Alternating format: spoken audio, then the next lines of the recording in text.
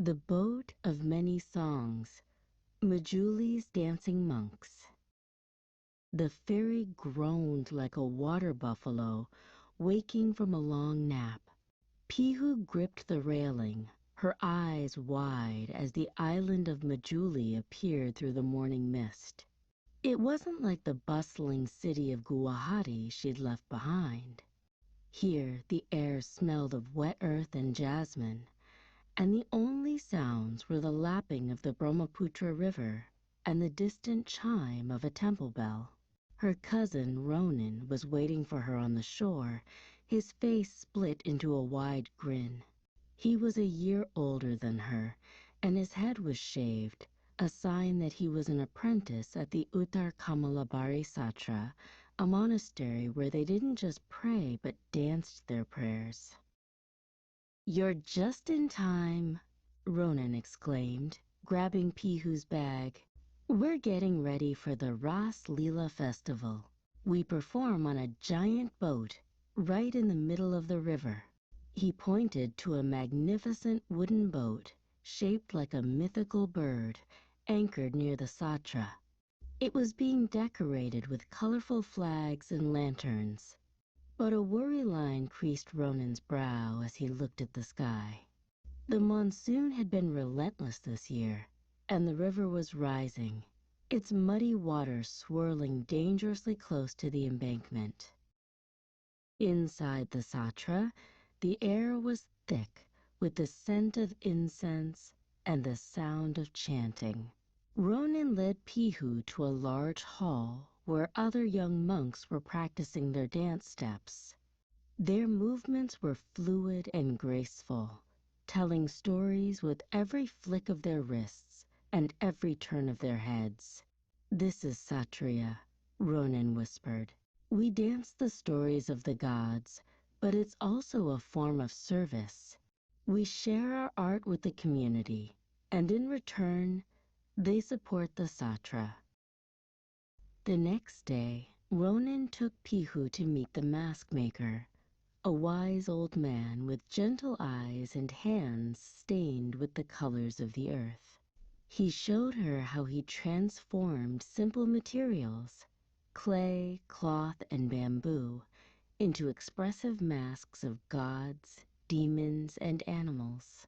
"Each mask has its own story," the mask maker explained, holding up a fierce-looking demon mask.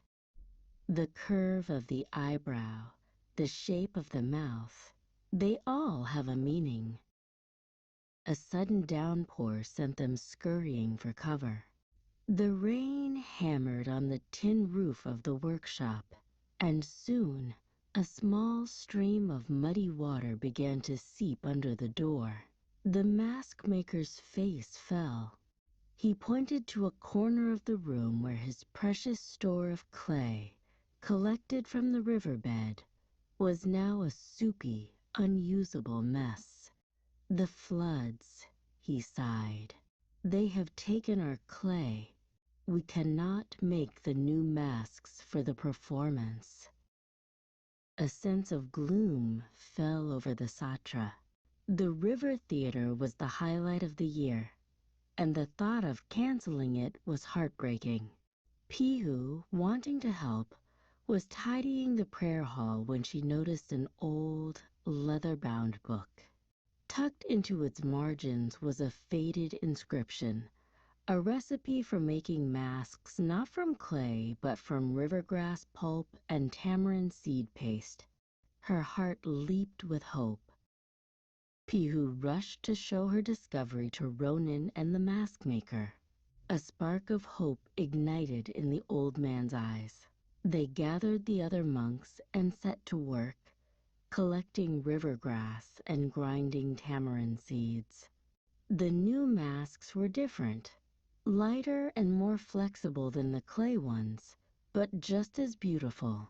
Pihu, her hands covered in the sticky paste, felt a thrill of excitement. She was a part of something special. The night of the performance was magical.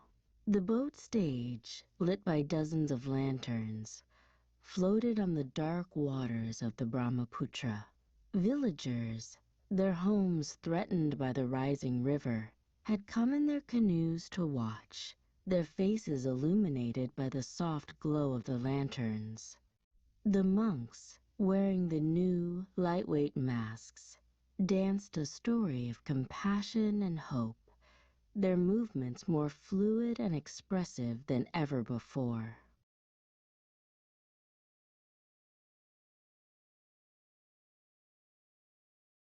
The performance was a resounding success. The story of compassion had touched the hearts of everyone present. The next day, the head of the Satra announced that a portion of the money collected from the performance would be donated to help repair the broken embankment, protecting the village from the floodwaters. The villagers cheered, their gratitude echoing across the river.